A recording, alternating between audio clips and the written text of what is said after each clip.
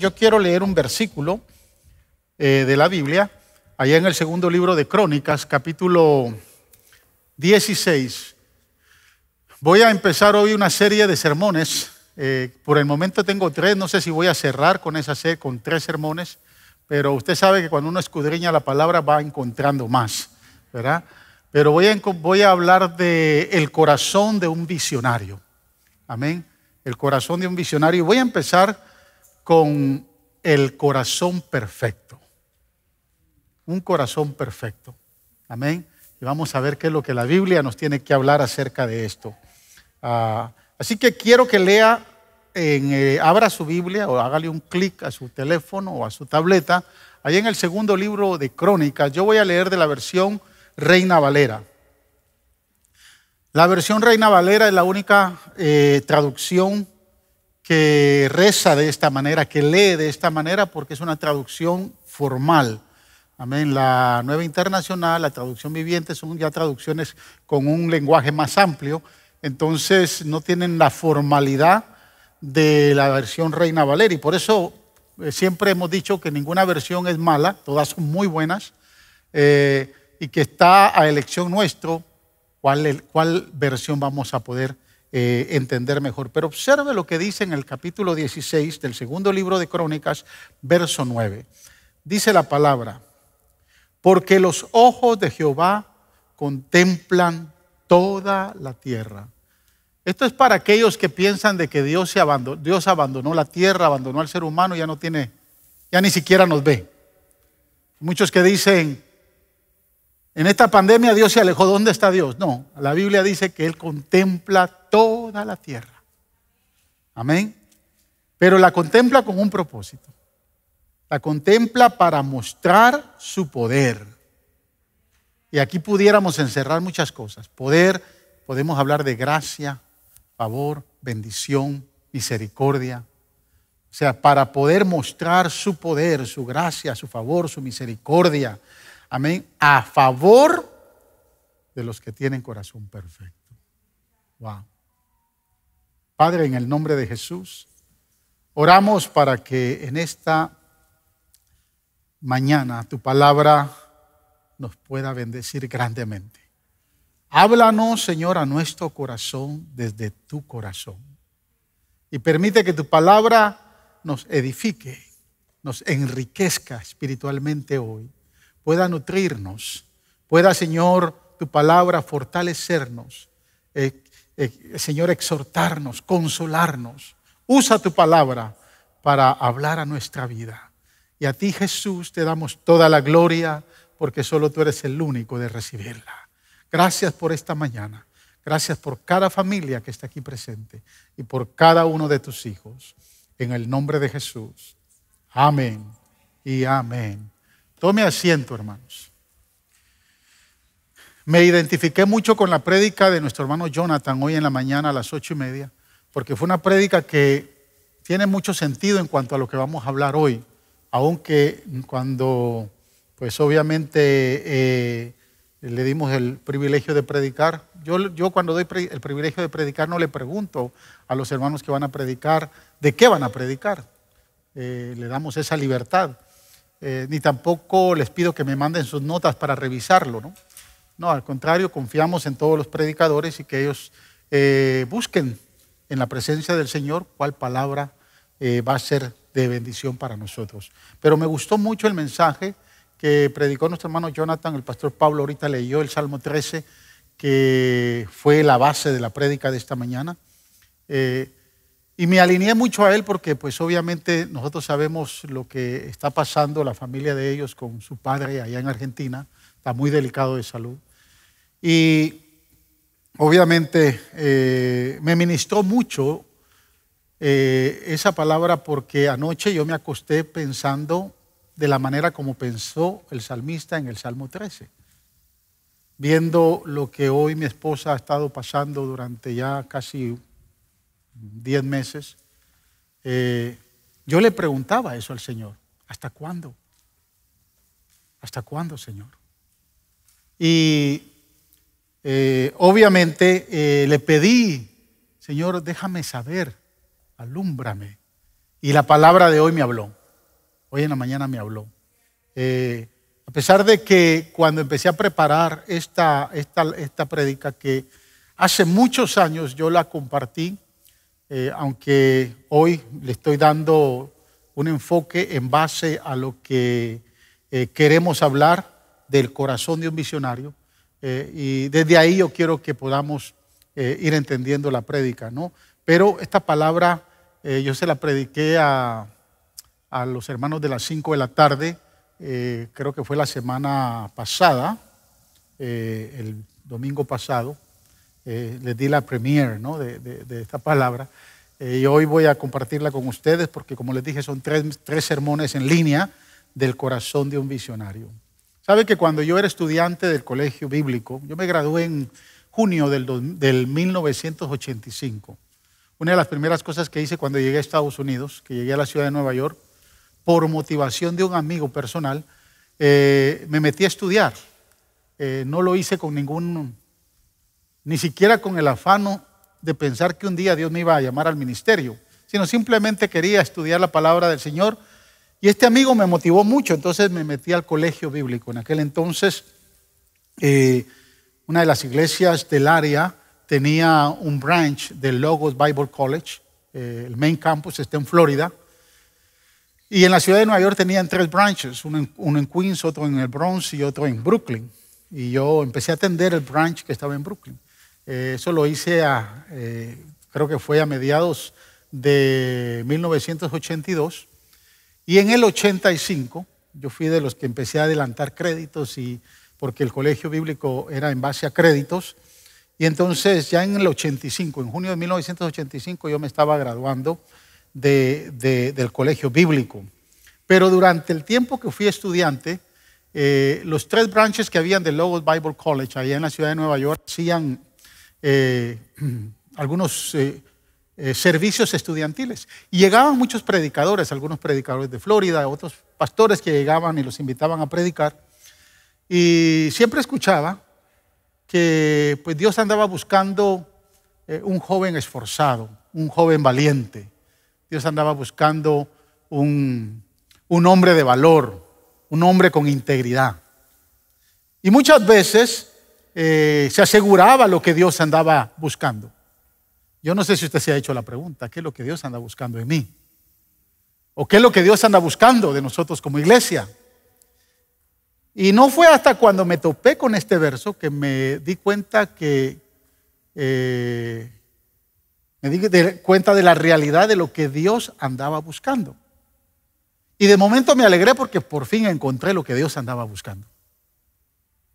Pero me entristecí mucho porque lo que Dios busca, como que yo no cualificaba. No sé si le puso atención al verso, ¿verdad? La Reina Valera lee de esta manera: porque los ojos de Jehová contemplan toda la tierra para mostrar o manifestar su poder a todos aquellos que tienen corazón perfecto. En las versiones de inglés, solo la King James habla de un corazón perfecto, a perfect heart.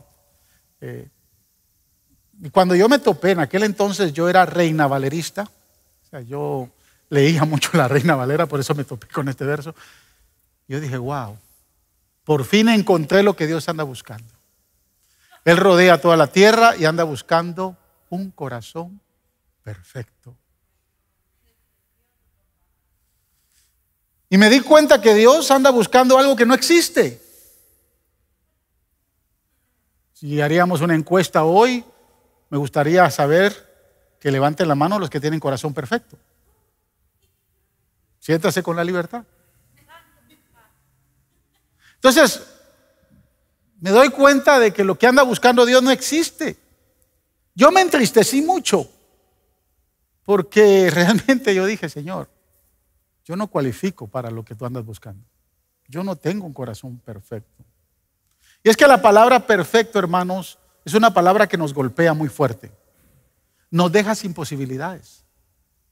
Nos deja sin ninguna oportunidad de lograr lo que Dios anda buscando. Hay otras palabras que son más fáciles. Por ejemplo, si Dios dijera, anda buscando un corazón íntegro, pues desde la integridad uno entiende muchas cosas, ¿no? Estas palabras que son más fáciles, tal vez imposible. Voy a hacer lo imposible. ¿Cuántos han dicho eso? Esto está difícil, pero voy a hacer lo imposible por lograrlo, ¿verdad? O lo difícil, lo difícil. Voy a hacer, aunque está difícil, voy a lograr hacerlo. Pero perfecto, hermanos, me turbó. Y en mi confusión traté de investigar a través de la palabra la vida de algunos personajes y me topé con varias sorpresas que se las quiero compartir con ustedes. Amén. Me topé que en ese mismo libro de Crónicas, en el capítulo 15, versículo 17, hablando del rey Asa, mire cómo dice la palabra: con todo esto, los lugares altos no eran quitados de Israel. Eso significa que el rey que estaba gobernando no había quitado los lugares altos de la adoración hacia otros dioses. Seguía siendo un idólatra. Pero observe, con todo esto los lugares altos no eran quitados de Israel, aunque el corazón de Asa fue perfecto en todos sus días. ¿Cómo la ve desde ahí? Un rey que sigue siendo idólatra, Dios dice que tiene corazón perfecto. Y donde más me chocó, que me crucificó, me voló la cabeza, tal vez se la huele a usted también hoy, es que siguiendo leyendo el libro de Crónicas, en el capítulo 22, capítulo 25 del segundo libro de Crónicas, leyendo del rey Amasías, versos 1 y 2, observe lo que dice. No sé si tienen esas escrituras, hija. Observe, de 25 años era Amasías cuando comenzó a reinar, y 29 años reinó en Jerusalén.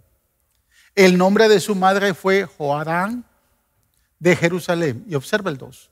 ¿Hizo él lo recto ante los ojos de Jehová?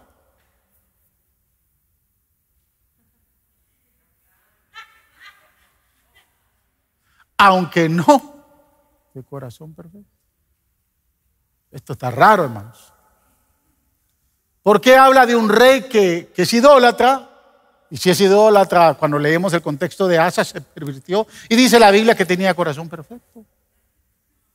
Y aquí habla de Amasías, que reinó 29 años, empezó a la edad de 25 a reinar. Y cuando entendemos el contexto histórico de la vida de Amasías, vamos a ver que era un rey bueno, hizo lo recto, mas su corazón no fue perfecto. Y esto me voló a mí la cabeza.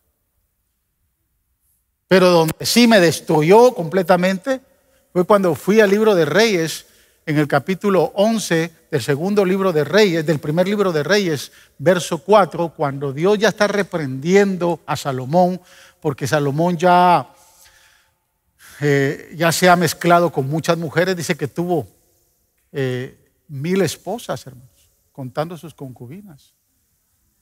Dice, ¿cómo? Yo no entiendo, este hombre estaba pervertido. 1000 esposas, contando sus concubinas. Y ya, obviamente, él ya se había dañado porque había hecho muchas negociaciones. A Salomón se le conoce como el rey de paz. O sea, él extendió su reinado, pero por negociaciones de paz que hizo. No fue como David. David gobernó, reinó, pero era un hombre de guerra. Y David no daba su brazo a torcer. No negociaba con nadie. Pero Salomón, con tal de extender el reino y mantenerse en paz con todo el mundo, negociaba. Entonces le daban un par de mujeres de otros reinos y guardaba la paz. Esas mujeres llegaron a Jerusalén y dañaron el reino y lo pervertieron con mucha idolatría. Entonces, cuando Dios lo está reprendiendo, observe la reprensión, verso 4. Y cuando Salomón era ya viejo, sus mujeres inclinaron su corazón tras dioses ajenos. Y observe, y su corazón no era perfecto con Jehová su Dios, como el corazón de su padre David. O sea, si David tenía corazón perfecto, ¿dónde escondemos el cadáver de Urías? ¿Dónde escondemos el adulterio con Betsabé? ¿Dónde escondemos el censo? ¿Sí me está entendiendo? Entonces yo dije, Señor, yo tengo que salir de este rollo porque yo no puedo seguir así. ¿Qué es lo que opina Dios acerca de un corazón perfecto? Y cuando nosotros nos vamos a visionar, Dios anda buscando un corazón perfecto. ¿Sabe cuántos hoy empezaron con un plan, con una visión a principio de año? Pero todo esto vino obviamente a detener muchas cosas y su corazón se fue desviando y su corazón se fue litigando, su corazón fue entrando en un letardo, hasta en un letardo espiritual. Y posiblemente muchos no alcancen lo que Dios quería que alcanzaran. Entonces, después de preguntarle al Señor y de hacer algunas investigaciones en la palabra, encontré que la palabra corazón en la Biblia, que viene del griego cardio, es utilizado distintivamente en 3 áreas del ser humano. La palabra corazón habla de sentimientos o emociones, habla del uso de la razón, o sea, del razonamiento, y habla de la voluntad. O sea, cuando usted lee de Génesis a Apocalipsis, por toda la Biblia, y encuentra la palabra corazón, en su contexto, usted tiene que entender si se está refiriendo a las emociones y sentimientos, si se está refiriendo al uso de la razón, o si se está refiriendo a la voluntad del ser humano. O sea, cuando la Biblia habla de corazón, no habla de este órgano que pompea sangre y que nutre el cuerpo con sangre. No, no habla de eso. No habla de este órgano. Habla de el ser interior del hombre, que lo identifica con sus emociones y sentimientos, con su uso de razón y con su voluntad. Y entonces empecé a entender que para poder tener un corazón perfecto en estas 3 áreas, podíamos entonces ir reconociendo que Dios anda buscando a hombres y mujeres que tienen un corazón perfecto en el área de las emociones, o un corazón perfecto en el uso de la razón, o un corazón perfecto en la voluntad. Así que si usted me acompaña, hoy la introducción fue corta, si usted me acompaña los próximos 30 minutos, voy a explicarles, amén, lo que encontré, porque hay un pasaje muy lindo en la Escritura donde Dios desarrolla y prueba a un hombre en estas 3 áreas. Y que creo que en algún momento dado de nuestra vida, Dios nos ha probado o nos probará en una de estas 3 áreas.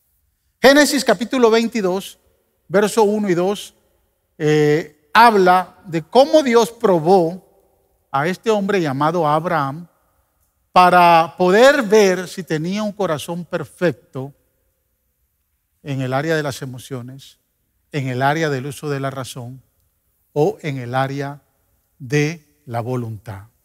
Así que en primer lugar, el primer punto, es que quiero hablarles de un corazón perfecto en el área de los sentimientos o en el área de las emociones. Mire, voy a leer primero Génesis 22, 1 y 2 para que usted entienda el pasaje, el contexto, ¿no? Dice el verso 1, aconteció después de estas cosas que probó Dios a Abraham. Quiero decirle algo, cuando dice aconteció después de estas cosas, pueden darse dos rutas. La primera ruta puede estar hablando del contexto de los pactos que Dios hizo con Abraham en el capítulo 12, en el capítulo 15 y ahora en el capítulo 22, porque desde el capítulo 12 viene hablando de Abraham. Entonces, la Biblia habla bien claro que en el capítulo 12 está el llamado, cuando sale de Ur de los Caldeos. El capítulo 15 habla del pacto que hace acerca de su hijo como herencia, y ahí bien marca el capítulo 15, versículo 6, que Abraham creyó por fe. Y entonces Dios le otorgó un hijo. Pero también habla de la descendencia que iba a tener y de la tierra, amén, que su descendencia iba a tomar. Pero ahora en el capítulo 22 entra el pacto concreto. Entonces cuando dice, aconteció después de estas cosas, está hablando de lo que viene hablando la Biblia acerca de este hombre. Dice, después de estas cosas que probó Dios a Abraham. ¿Qué hizo Dios? Probó a Abraham. O sea que Dios prueba. Y prueba nuestro corazón. Y le dijo a Abraham, Abraham. Y él respondió, heme aquí. Y dijo, toma ahora tu hijo. Escuche, tu único, Isaac, a quien amas. Y vete a tierra de Moriah y ofrécelo ahí en holocausto sobre uno de los montes que yo te diré. Un corazón perfecto en el área de las emociones o de los sentimientos es cuando empezamos a entender que la petición de Dios, en el caso de Abraham, de sacrificar a su hijo, fue muy brutal, fue muy brusca, fue muy dura. Lo que Dios está pidiendo está fuera de serie. Y usted tiene que entender el verso, porque Dios le dice, toma ahora a tu único hijo.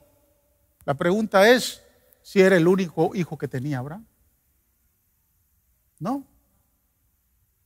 Ya Abraham gozaba, y algunos teólogos, algunos exégetas e historiadores dicen que Isaac tenía aproximadamente entre 15 y 17 años, tal vez 12 años, pero era un adolescente. Y si Isaac tenía 22, Isaac tenía 17, Ismael, que era el primer hijo de Abraham, tenía unos 22 o 25 años. No era el único. Pero la Biblia aclara algo. La Biblia dice, toma a tu único hijo, Isaac, y aclara, a quien amas. ¿Qué fue lo que empezó a golpear Dios en la vida de Isaac? Sus sentimientos y sus emociones. Porque le está pidiendo lo que más ama. No le está pidiendo a Ismael. ¿Sí me está entendiendo?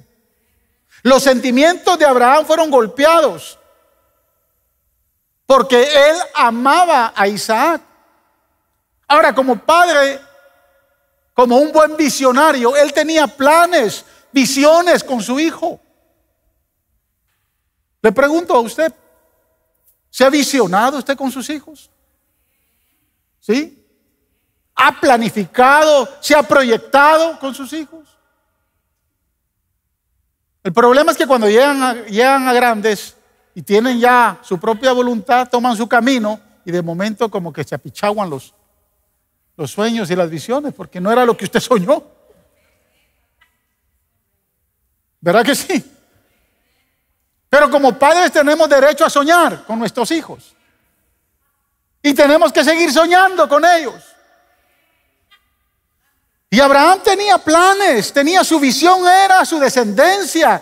Su visión era un pueblo grande. Cuando él miraba a Isaac, miraba las estrellas del cielo y decía y se recordaba de la promesa, así será tu descendencia. ¿Sí me está entendiendo? O sea, la visión de Abraham era un pueblo. Dios no solo le estaba dando, le había dado un hijo, le había dado un pueblo, le había dado una gran nación. Y Abraham se visionaba con esa gran nación. Pero el que originaría esa nación era su hijo Isaac. Y en el capítulo 15, él le promete que va a tener, que finalmente la viejita de 90 años, burlona e incrédula, iba a resultar embarazada.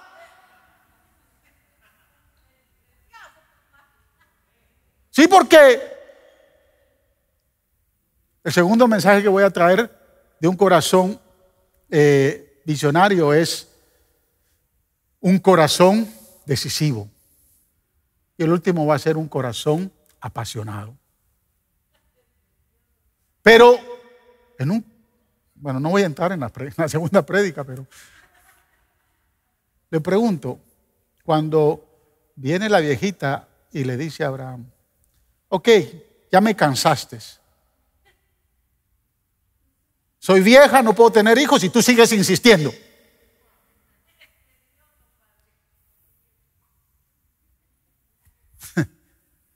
Porque el que creía era Abraham.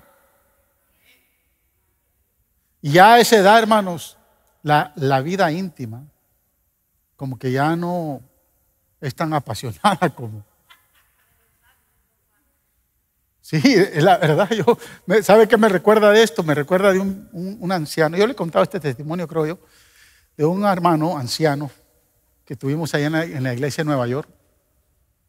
Él murió de 93 años, Pastor Langel, muy querido. Fue mi mentor, porque ese viejito se las sabía todas, hermanos. Y yo gozaba cuando iba a su casa porque él me alimentaba mucho. Y él empezó a enfermar, como a la edad de 85 años empezó a enfermar. Y cada vez que iba allá a Nueva York, siempre los visitaba a ambos. La esposa era más joven que él. La esposa hoy es viuda, ¿no? Pero ella tiene tal vez sus 86 años ahora, porque él murió hace como unos 5 años atrás. Y recuerdo que una vez que él estaba en el hospital, estaba saliendo del hospital, yo cabal había llegado a la ciudad de Nueva York y la acompañé a ella para ir a buscarlo al hospital. Y entonces el médico le dijo a ella, mire, le dijo, usted tiene que cuidar, el corazón ya de su esposo estaba bastante débil, tiene que cuidar que al menos por este momento no puede tener intimidad. Y ella sabe que yo estoy ahí y me dice, pastor, dígaselo usted a ese viejo, porque él no hace caso.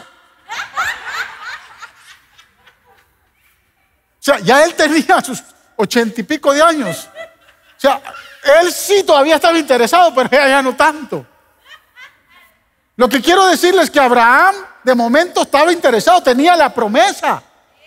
Vas a tener un hijo, tiene 100 años. La viejita ya tiene 90, ya no es lo mismo. Señor, y cada vez que me acerco a ella me rechaza porque dice que ya no. Yo estoy pensando, ¿no? Y él insistía, tanto que le insistió que le dijo, ¿sabes qué? Si un hijo quieres, ahí está. Mira a esta esclava. Así que, tómala. Y ella te va a dar un hijo, por mí. Y aquel no bobo y perezoso dijo, amén. Pero él sabía que la promesa se iba a cumplir. Por eso es que en el capítulo 15, cuando Dios llega y le dice que su descendencia va a ser como las estrellas del mar, como las estrellas del cielo y como la arena del mar, él dice, wow, por fin se va a cumplir. Y cabal, al año, la viejita Sara le da un hijo. Es el hijo de la promesa.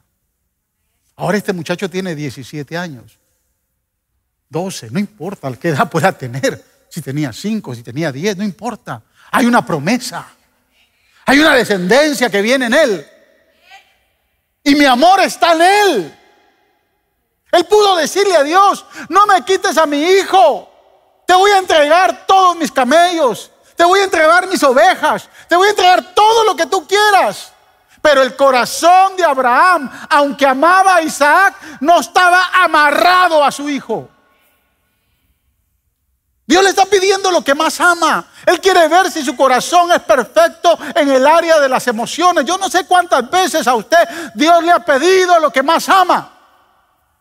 Dios ha golpeado sus sentimientos. De seguro no le va a pedir a su hijo. No me lo va a pedir, no me va a pedir a mí tampoco lo mismo. Pero hay cosas que amamos, que no las queremos soltar. Abraham no tiene miedo de llorar. No teme a renunciar a lo que más ama. Cuando su corazón no tiene miedo de llorar, hermanos, y de desprenderse de lo que más ama, es cuando tenemos un corazón perfecto en el área de las emociones. Es rendición absoluta de nuestros sentimientos. Ahí en Marcos capítulo 10, versículos del 17 al 22, hay una historia muy linda, que usted la conoce. Yo se la voy a volver a leer para recordarle y que usted entienda bien la historia, para que yo no parafrasee algo que no es. Dice en Marcos 10 del 17 al 22. Al salir él para seguir su camino, está hablando de Jesús, vino uno corriendo, escuche bien, hincado la rodilla delante de él, le preguntó: Maestro bueno, ¿qué haré para heredar la vida eterna? ¿Se recuerda ya del pasaje, verdad? Jesús le dijo: ¿por qué me llamas bueno? Ninguno hay bueno sino solo un Dios. Pero le dijo: los mandamientos sabes.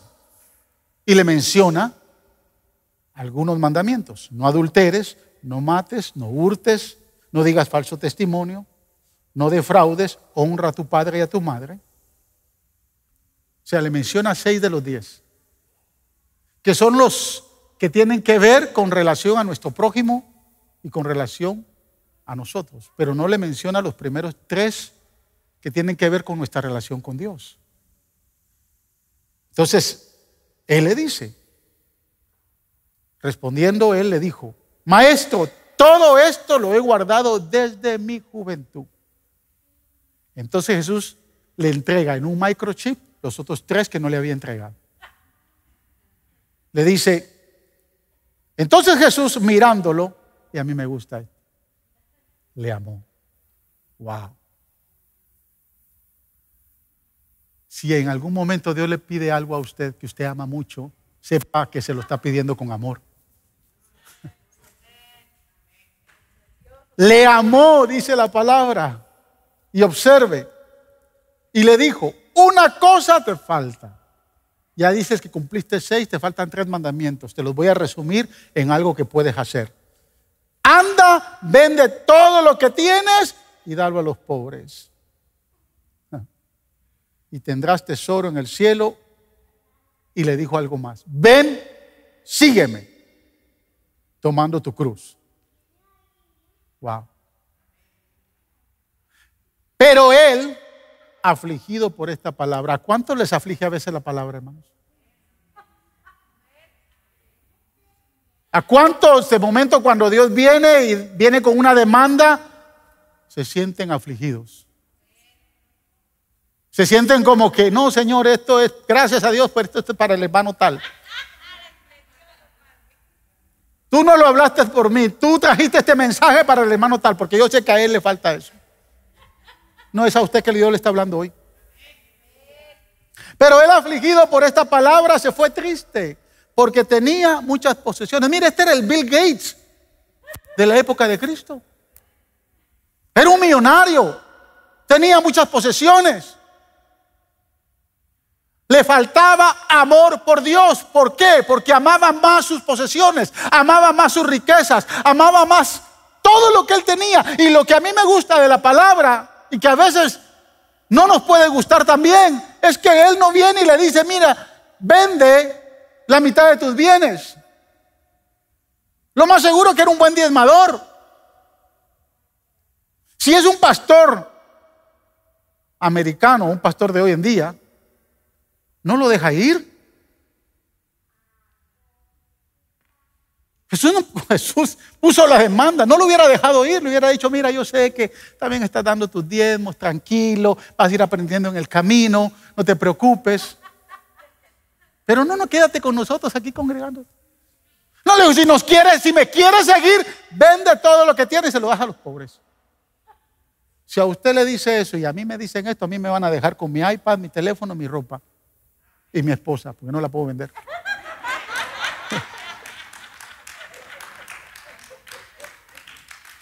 Sí, usted me está entendiendo.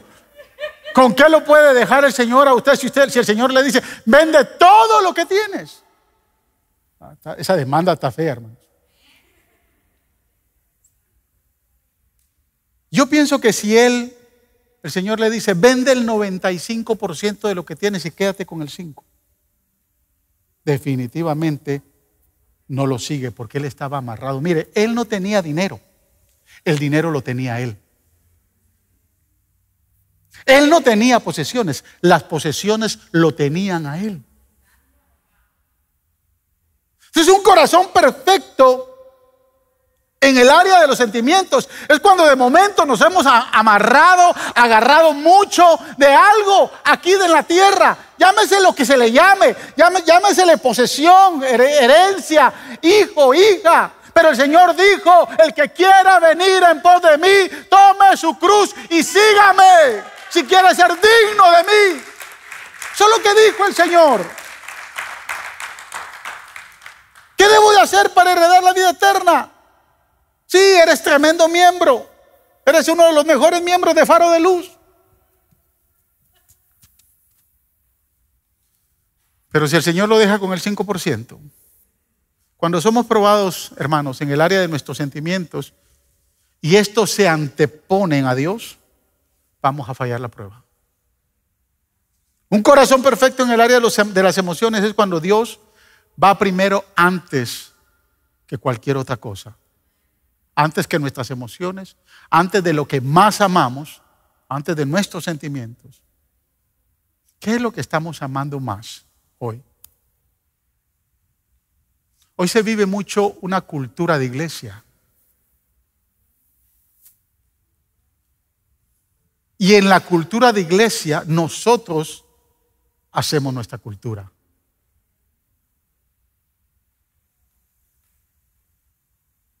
Hoy la emoción del temor ha ahuyentado a muchos y los ha limitado. Es más, hoy el temor está limitando a la iglesia. El miedo está arrinconando a la iglesia a una posición donde la iglesia está dejando de hacer lo que tenemos que hacer. El día viernes yo fui a orar por un hermano anciano aquí de la iglesia, no anciano gobernante, un hermano anciano. Y no fui a orar porque tenga COVID. Pero hoy realmente ir a orar por cualquiera, ya casi nadie lo hace.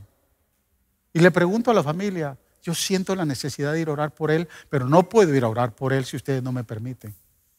Miren, cuando yo llegué, pues obviamente yo me protegí, me puse mi máscara, mis guantes, ¿verdad? Porque no quiero presentar, ¿verdad? Él tiene ya 90 años. Yo me sentí con la necesidad, la carga de ir a orar por él. Si la familia a mí me dice: pastor, mire, ore por teléfono, yo respeto. Pero cuando yo les pregunto a los familiares si puedo ir a orar por él, y de la manera como me recibieron, ¿sabe cómo yo me sentí? ¿Cómo se sintió él? No sé si me está entendiendo. ¿Hasta dónde el temor a algunos los está limitando? Yo le leí a la Junta de Ancianos hoy que la gente está paniqueada. Y hoy lo googleé. ¿Cuántas personas murieron de influencia en el año 2019 en el mundo? 4.4 millones de personas. Y la gente que ha muerto del COVID no ha muerto ni siquiera 2 millones. La influencia mata más. Lo que pasa es que no lo anuncian. Si hoy dijeran: la influencia es un virus que mata 4.4 millones de personas, hay que ponerse máscara, hay que hacer esto, hay que hacer lo otro, le tuviéramos el mismo miedo que se le tiene al COVID, se le tuviera a la influenza. El mismo miedo. Pero obviamente los que mueren más de influenza son los ancianos. E igual manera las personas que tienen problemas o condiciones médicas. Es interesante cómo un sentimiento que es parte del corazón puede detenernos en la visión. Pastor Pablo ahorita hablaba de los bautismos. Y el sábado tuvimos, no recuerdo el día que tuvimos la reunión con los pastores, el lunes, ¿no? O el jueves. Que hay que bautizar. ¿Cómo bautizamos? ¿Cómo bautizamos? ¿Cómo bautizamos? Si no tuvimos una respuesta y toda esta semana: Señor, ¿y cómo bautizamos hoy? ¿Cómo bautizamos hoy? Y el Señor me recordó que hace muchos años yo fui a bautizar a una hermana, hija de una hermana que tenía SIDA. Y en aquel entonces el SIDA empezaba y nadie quería tocar a nadie con SIDA. Nadie. Pero ella se convirtió, entregó su corazón a Cristo. Estaba muy débil, muy delgadita. Y me dijo la mamá: pastor, ella no va a poder ir y quiere bautizarse. Pues la bautizamos en la tina de su casa. Y llegué a la tina de su casa, donde los pastores, muchos ni siquiera, porque era el tiempo donde el SIDA era una infección que cualquiera que decía que tenía SIDA lo miraban mal y: apártate de mí, Satanás. Sí, son las miradas que traen estas plagas. Miren, dentro de 2 años se va a hablar del coronavirus y nadie le va a hacer caso. Ahorita hay mucha gente que ya no le estamos haciendo caso, ¿verdad? Obviamente hay muchos con temor. Entonces, en estos días ¿cómo bautizamos, Señor? Y dije, bueno, aquí hay jóvenes que vamos a bautizar. Le vamos a dar autoridad a los padres en el día que vamos a bautizar, que bauticen a sus hijos en la tina de su casa. Y aquellos adultos que quieran que el pastor vaya a su casa, los va a ir a bautizar a su casa. Y se acabó el tema. Hay que seguir bautizando en medio de la pandemia. Tenemos que seguir predicando en medio de la pandemia. Ahora vamos a bautizar al que se quiera bautizar así. El que no se quiera bautizar así, pues vamos a respetar.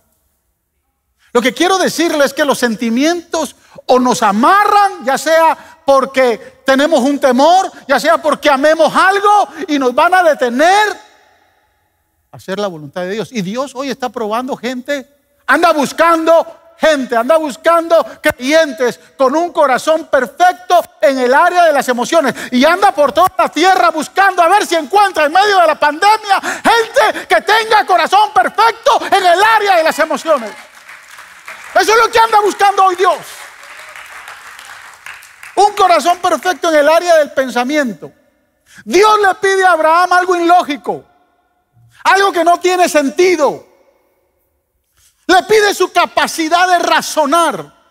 Por eso me identifiqué mucho con el mensaje de nuestro hermano Jonathan en la mañana. Porque Dios le había prometido una descendencia grande cuando él no tenía ni un hijo. Es como aquel que dice: Señor, ¿cuándo me vas a dar un carrito? O sea, venimos a este país pelados, sin nada. ¿Cuándo, Señor, una casa? Y cuando Dios nos la da, ni siquiera oramos para dedicarla al Señor. No sé si me está entendiendo. Dios nos da un carro cuando no teníamos, y cuando nos lo da, no le damos raya a nadie.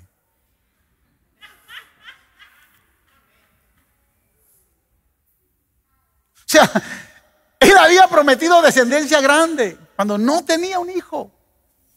Él pudo haberle dicho: ¿para qué me lo diste entonces? ¿Cuál es tu rollo? Si me diste un hijo, ahora me lo vas a pedir. No te entiendo. Es que a Dios no hay que entenderlo. A Dios hay que obedecerlo. ¿Sí me escuchó? Nuestra inclinación como creyentes es siempre pedirle a Dios explicaciones. Pero a Dios no le gusta dar respuestas, porque la mayoría de veces Él se queda callado. Siempre hay momentos donde hay preguntas sin respuestas, cosas que no entiendo, eventos que confunden. Yo le conté ahorita. Yo anoche me acosté porque yo he venido pidiéndole al Señor: dame una respuesta, ¿qué le está pasando a mi esposa? A mí me ha traído carga porque la amo. Y por eso la palabra de hoy en la mañana, cuando leíamos el Salmo 13. ¿Hasta cuándo, Señor? ¿Hasta cuándo esto? ¿Hasta cuándo lo otro? ¿Hasta cuándo? Y siempre estamos cuestionando a Dios. Y Dios no está interesado en darnos respuesta muchas veces. Que no nos vaya a pasar como Juan el Bautista. Ahí en Lucas capítulo 7. Mire, lea conmigo, vaya al capítulo 17, 18 al 35. Estamos en el segundo, viene el tercero y nos vamos antes de las 12.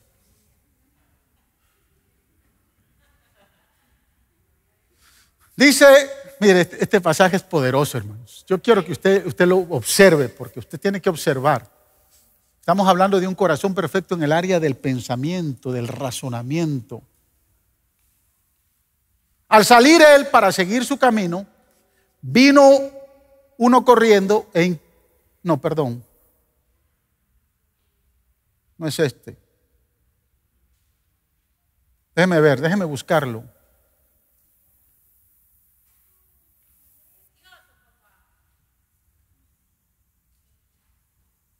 Espérenme que se me fue este pasaje acá.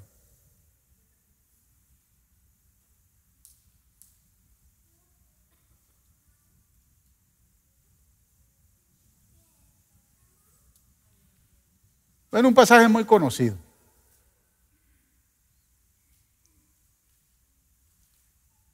Sí, 18 a 35 es. Perdón, estaba bien, ¿no? Sí, perdón, ese es. Lo que pasa es que aquí cuando hice el mensaje puse otro pasaje y por eso me confundí. Dice, versículo 18, los discípulos de Juan, pero estamos leyendo la versión Reina Valera y mire qué tan lindas son estas tabletas que con un clic usted cambia de versión. Aquellos que me critican que no uso, mire, esta es la facilidad, excepto que tengo que estar seguro de que tenga batería, porque si no, tiene sus desventajas, ¿no? Los discípulos de Juan le dieron las nuevas de todas estas cosas.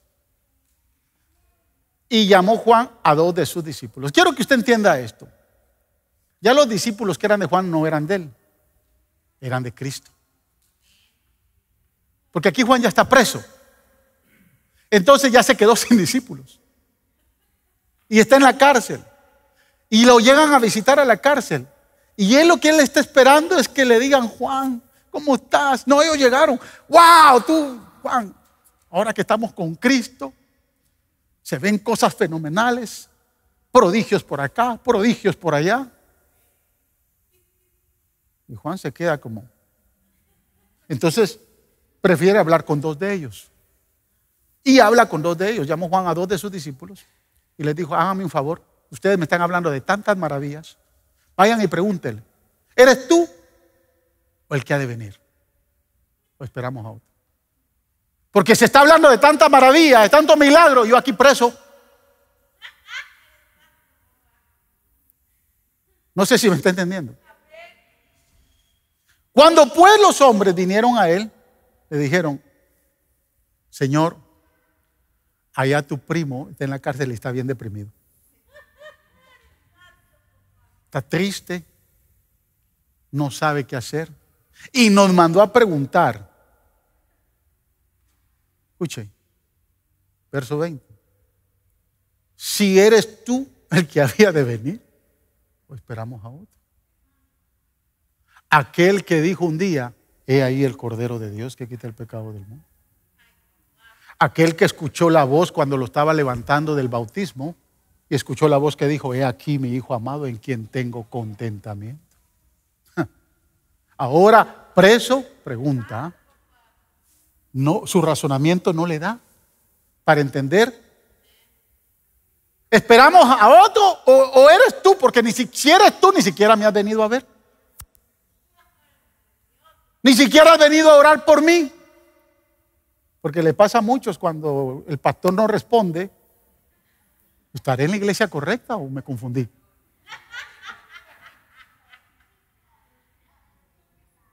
¿Será que eso no es? Y escuche, a mí me gusta, mire cómo hace el Señor. ¿Eres tú el que ha de venir o esperamos a otro? Versículo 21. Yo si voy, yo espero una respuesta.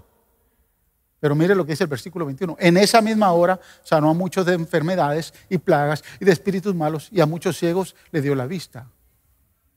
O sea que ellos llegaron a pedirle, a preguntarle si es él o no es él. Fácilmente les hubiera dicho, vayan y díganle que yo soy. Pero no, él se puso a sanar y lo dejó ahí esperando. Y si se puso a sanar, el verso 20 ya está bien claro. Verso 21 dice que sanó a muchos de enfermedades. Y si sanó a muchos, no los hizo en media hora, ni en una hora. Fueron muchos los que estaban haciendo, muchos por enfermedades, otros por plagas, otros por endemoniados. Y se pasó todo el día sanando y aquellos esperando la respuesta. Y al rato, ya cuando terminó de hacer todos los milagros, se dio cuenta que estaban aquellos 2 discípulos esperando una respuesta. Y entonces en el verso 22, y respondiendo Jesús les dijo: vayan y haced saber a Juan lo que habéis visto y lo que habéis oído. Vayan y díganle: los ciegos ven, los cojos andan, los leprosos son limpiados, los sordos oyen, los muertos son resucitados, y a los pobres se les es anunciado el evangelio. Vayan y díganle lo que está pasando.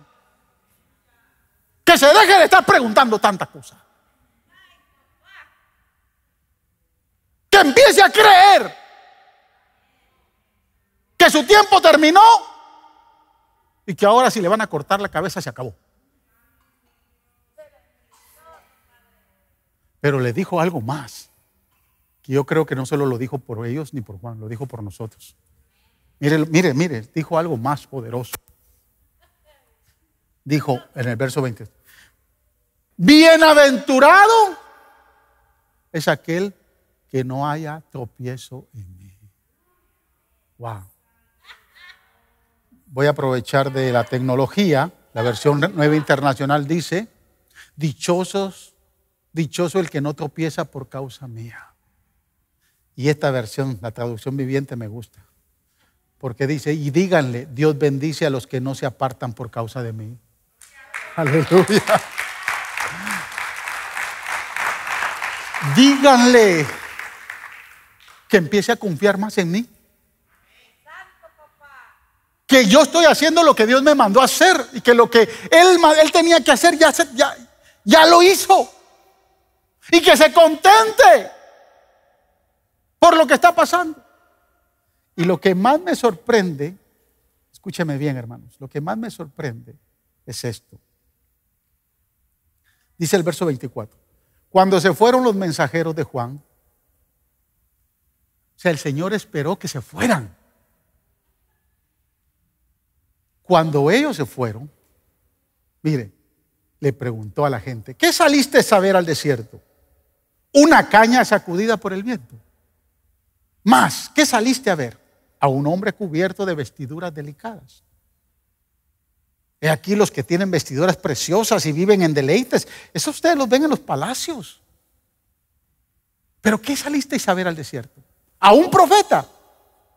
Y escuchen, os digo, más que profeta.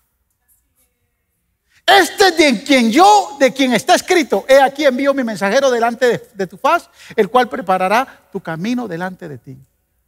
Y mire, estas palabras nunca las escuchó Juan. Él nunca escuchó estas palabras, porque los mensajeros se fueron. Verso 28: os digo que entre los nacidos de mujer no hay mayor profeta que Juan el Bautista. Pero el más pequeño en el reino de Dios es mayor que él. Esas palabras son para usted y para mí. Juan nunca escuchó eso.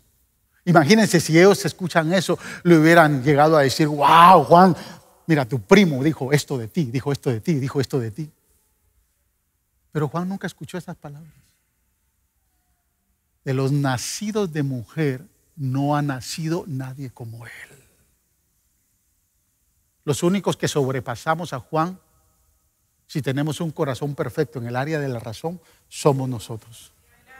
Somos los únicos.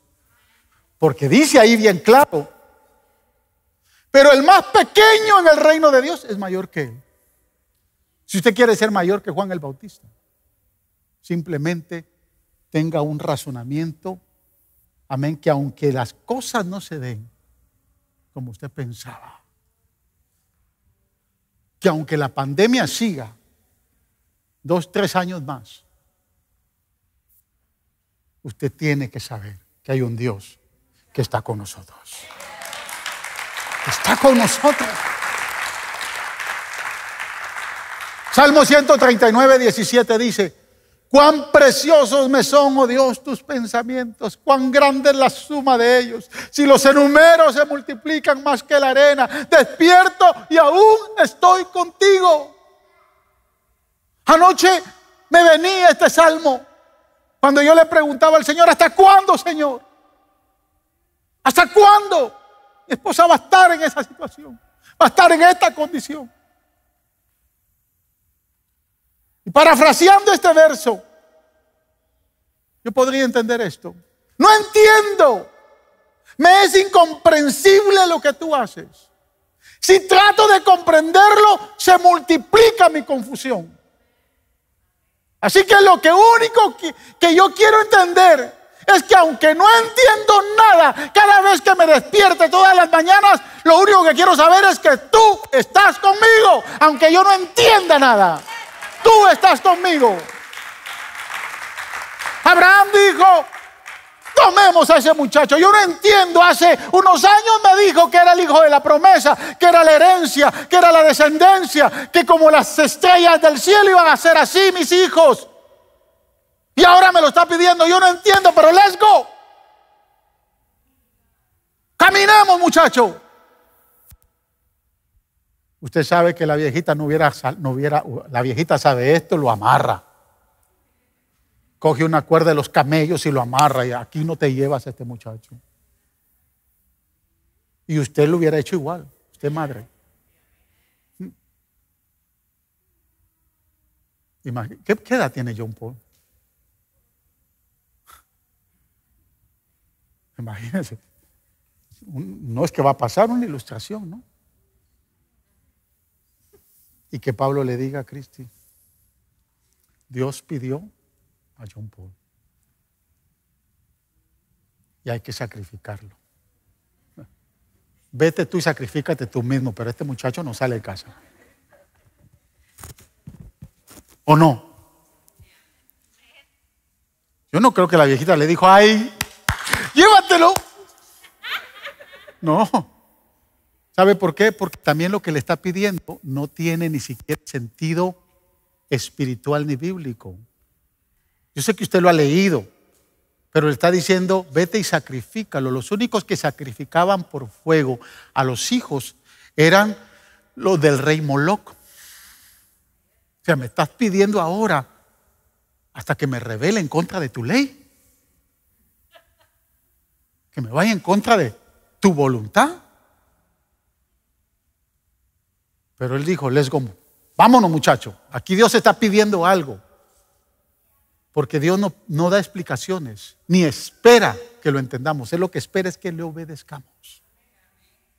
Número 3, un corazón perfecto en el área de la voluntad. Con esto termino, para anunciarle a los muchachos de la música, ¿no? El otro día me dijeron: pastor, es que usted dice que va a terminar y no termina, y nosotros allá arriba. Pero no, o sea, yo no les tengo que dar explicación, ustedes suban.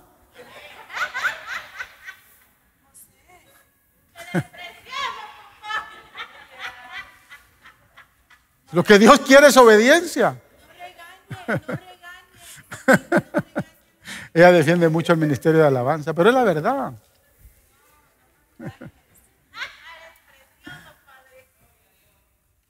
Mire, un corazón en el área de la voluntad. La voluntad tiene que ver mucho con las decisiones que tomamos.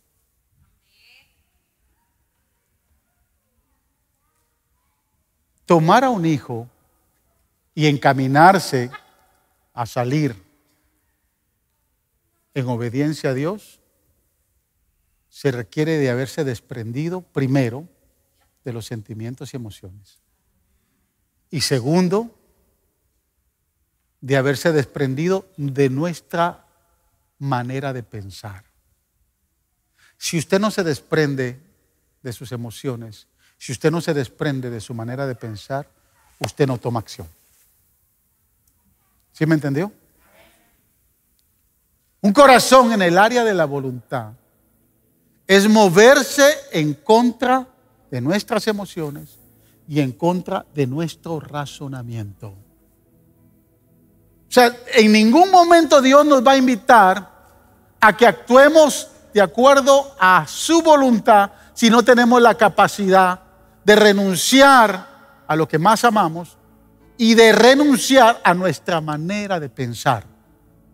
Dios nunca se va a mover a nuestra manera de pensar. Por eso es que la Biblia dice que sus pensamientos no son como los nuestros.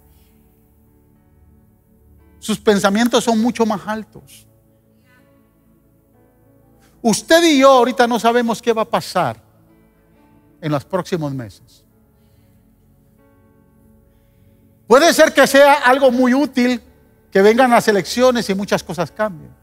Pero puede ser que llegue noviembre y las cosas se empeoren.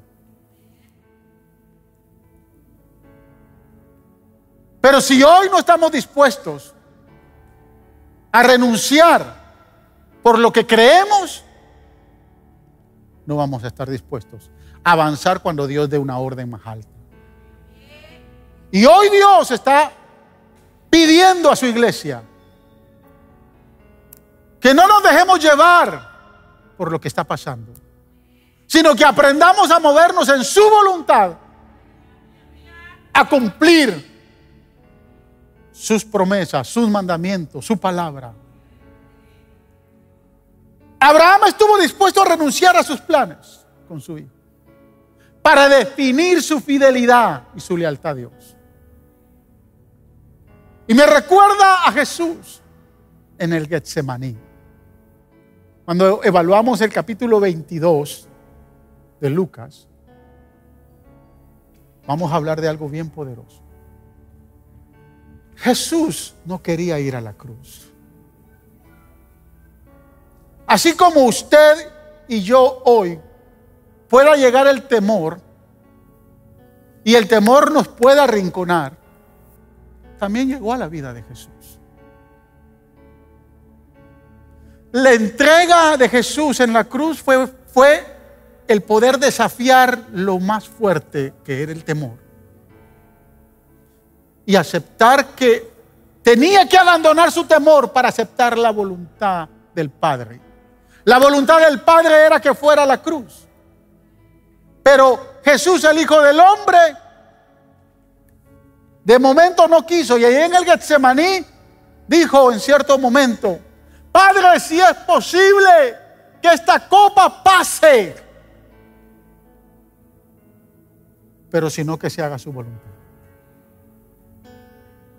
Y el verso 44 de Lucas dice que él estuvo en agonía. Lucas 22, 44. Dice que estuvo en agonía. Marcos describe en el capítulo 14, versículo 35, que se postró en tierra diciendo estas palabras. Y Mateo en el capítulo 26, verso 37 dice que comenzó a entristecerse y a angustiarse. La angustia viene del temor. Y dice que empezó a sudar gotas de sangre. Jesús, antes de su muerte, experimentó un temor terrible, una angustia muy fuerte, que la Biblia dice que tuvo que venir un ángel para consolarlo y desprenderse de su voluntad, porque quería cumplir la voluntad del Padre. No fue tan fácil. Y dice que empezó a sudar gotas de sangre. A esta condición los médicos la describen como una hematohidrosis. Usted le pregunta a un médico qué es sudar gotas de sangre, o googléelo, le va a salir la palabra hematohidrosis. Es una condición, es cuando la ansiedad grave provoca que se desprendan elementos químicos. O sea, esa ansiedad grave, esa ansiedad fuerte, ese terror fuerte hace que se desprendan elementos químicos que rompen los vasos capilares y se mezclan con las gotas sudoríficas. Y cuando eso sucede, la persona empieza a sudar gotas de sangre. Cuando se llega a esta condición, podemos decir que nos desprendemos de nuestra voluntad. Yo le pregunto, ¿hay alguien que ha sudado gotas de sangre en medio de un temor terrible? ¿A alguien aquí Dios lo ha expuesto a sudar gotas de sangre, a una ansiedad grave, a un terror fuerte que lo va a hacer sudar gotas de sangre? ¿Alguien ha pasado esa experiencia? Yo nunca le he pasado. En muchas ocasiones he tenido mucho temor, pero no he llegado a esa condición. Jesús en el Getsemaní venció el temor. Empezó a sudar gotas de sangre y pudo decir: hágase tu voluntad y no la mía. Porque la voluntad de Dios es buena, es agradable y es perfecta. La voluntad de Dios marca el desprendimiento de nuestras emociones y sentimientos. Marca el desprendimiento de nuestra manera de pensar y de razonar. Y es entregarnos deliberadamente a la voluntad del Padre. Dios desea que tengamos un corazón perfecto. Esto no tiene que ver con los errores que cometemos.